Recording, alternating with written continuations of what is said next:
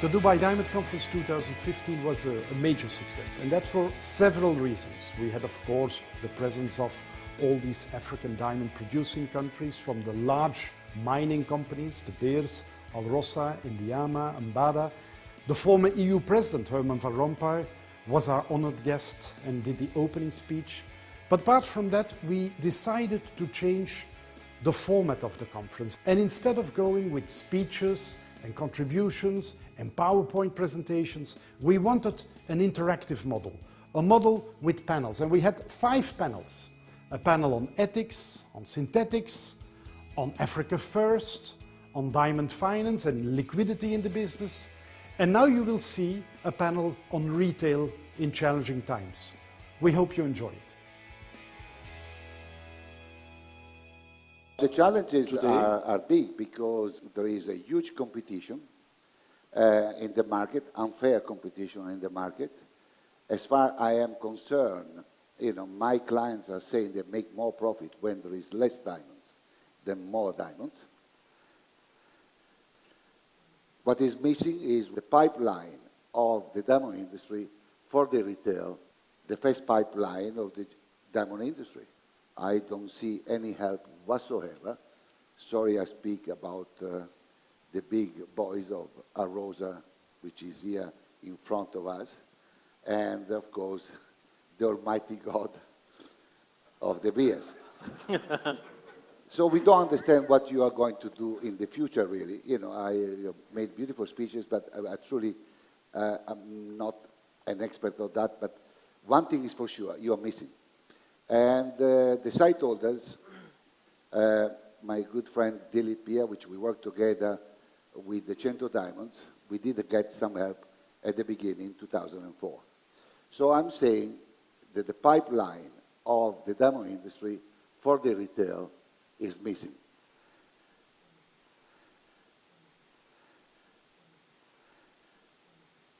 Talking about today, things are all right. There are challenges. But the point is that what about 10 years from now? What about 20 years from now? That's where we feel that with other categories, innovating, and that's what we don't do. We don't innovate. We just do the same thing every day. We firefight, and we just try to get out of the current situation, not thinking what's going to happen. So what can we do? What can we do, Vishal?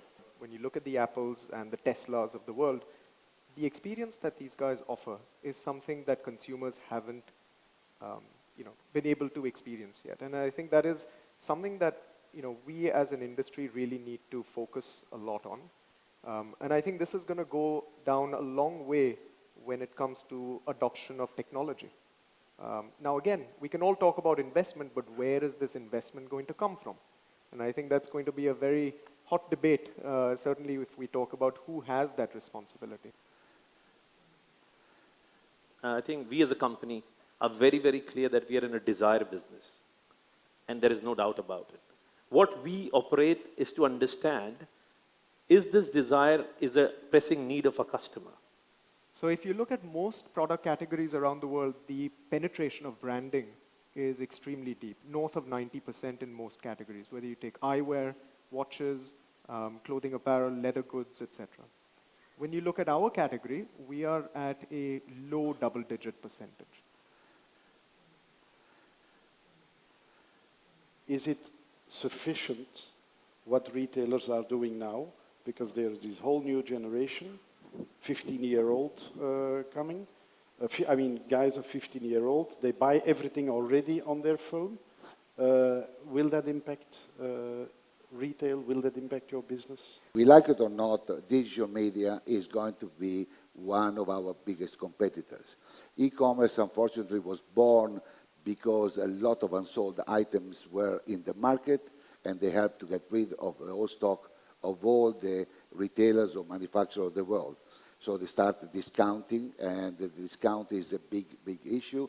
And unless we innovate, truly innovate the retail industry, we have a problem. But innovation and marketing must go together. There needs to be an omnipresence experience with the retailers.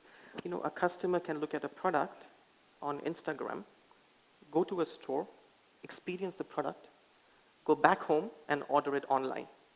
That's what's important. It's no longer an omni-channel operation. Omni-channel it has is to be really, totally across the board. So wherever a customer moves around, they should be able to experience the product.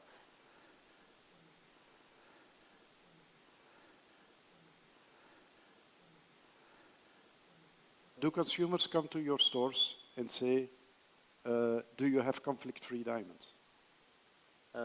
Does that happen often? I think Does it happen every day? No, I think that's a very, very old subject, at least 6-7 years ago when this subject raised up. And Does it ever happen? No, Not at Karim, all. does it ever Never. happen? Not at all. I've never experienced that. never. You Never. never experienced I it never in your experienced. 150 stores? Yes, never experienced or got any feedback saying that the customer was asking about this. They might just ask, is it being responsibly sourced? But they wouldn't tag directly saying that is it a conflict-free diamond that you're using. You get questions, for example, about the wages that are paid for diamonds that are digged wherever. Do you get these questions? No.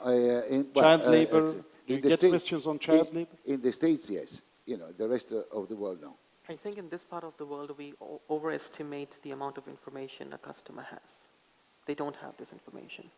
So he's basically interested in the price He's interested in the product, and the quality. yes. And if we can create the right experience around it, that's the sale done.